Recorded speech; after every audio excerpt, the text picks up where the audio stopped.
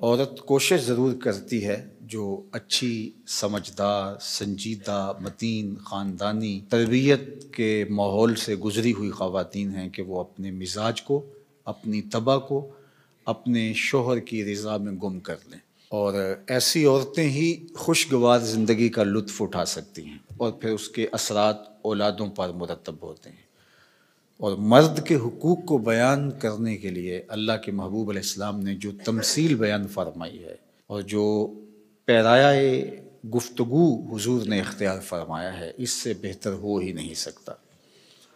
ہوا اس طرح کہ صحابہ حضور کی خدمت میں حاضر ہوئے اور کہا کہ ہمارا اونٹ دیوانہ ہو گیا ہے۔ فرمایا چلو میں تمہارے ساتھ چلتا ہوں۔ صحابہ کہتے ہیں ہم ڈرے، کیونکہ اونٹ جب دیوانہ ہو جائے تو پھر اس کو سنبھالنا آسان نہیں ہوتا اور وہ سخت حملہ آور ہوتا ہے۔ تو خیر حضور تشریف لے گئے، ہم بھی حضور کے ساتھ تھے۔ جو ہی دروازہ کھولا تو اونٹ دوسرے کنارے پر تھا، دوڑتا ہوا آیا۔ تو حضور کی زندگی کتنی قیمتی ہے، تو صحابہ کے سینوں میں دل تھر تھر کانپنے لگے، لرزہ بر اندام تھے کہ ایک جانور ہے، نقصان نہ پہنچا دے۔ تو کہتے ہیں وہ جب قریب آیا تو حضور کے قدموں میں سر رکھ دیا، اللہ اکبر، اور سجدہ ریز ہو گیا۔ تو جب اونٹ نے حضور کے قدموں میں سجدہ ریزیاں کیں تو صحابہ جو پہلے ڈر رہے تھے، اب ان کی کیفیت عقیدت اور بڑھ گئی کہ جانور ہو کے حضور سے اتنا پیار کرتا ہے، ہم تو سینے میں دل رکھتے ہیں۔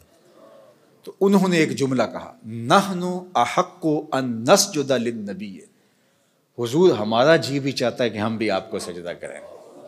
یہ جانور ہو کے آپ کی معرفت رکھتا ہے، پاگل ہو کے آپ کو پہچانتا ہے، ہم تو سینے میں دھڑکتا ہوا دل رکھتے ہیں اور دل میں آپ کے پیار کی ایک کائنات آباد ہے، تو پھر ہماری پیشانیوں کے اندر بھی سجدے ٹپک رہے ہیں، ہم بھی آپ کو سجدہ کرنا چاہتے ہیں۔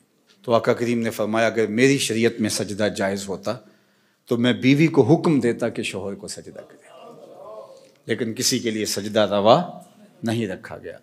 تو یہ حضور نے سجدے کی ممانعات کو بھی بیان کر دیا اور شوہر کے جو حق ہیں بیوی کے اوپر ان کو بھی بیان کر دیا۔ تو اس سے بہتر انداز گفتگو کا تکلم کا نہیں ہو سکتا جو اللہ نے اپنے محبوب کو عطا کیا۔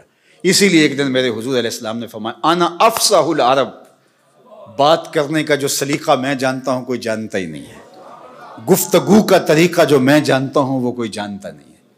یعنی ایک جملے سے ان کی نفی بھی کی اور یہ بھی بتایا اگر جائز ہوتا تو شوہر کے لیے بیوی کو سجدے کا حکم دیتا۔ خاتون ہو جو اپنے شوہر کے حقوق کو پہچانے اور حضور کے اس فرمان کو سامنے رکھے تو گھر جنت کا ٹکڑا بن جائے گا۔ اور مرد کو حضور نے کیا نصیحت فرمائی؟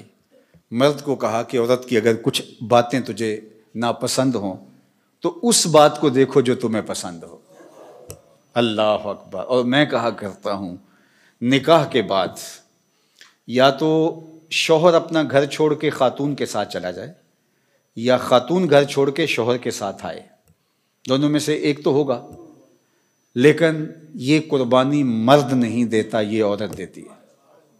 اور گھر سے جو تعلق خاطر ہوتا ہے، قلبی لگاؤ ہوتا ہے، گھر کی چیزوں سے جو موانست ہوتی ہے، جو انسیت ہوتی ہے، جو لگاؤ ہوتا ہے، وہ مرد کی نسبت عورت کو کہیں زیادہ ہوتا ہے۔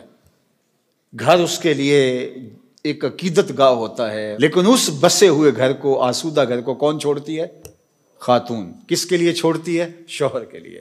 مرد صرف یہ ذہن میں بٹھا لے کہ میرے لیے اس نے جہان چھوڑ دیا تو اس کی بہت ساری غلطیوں سے وہ درگزر کرے گا۔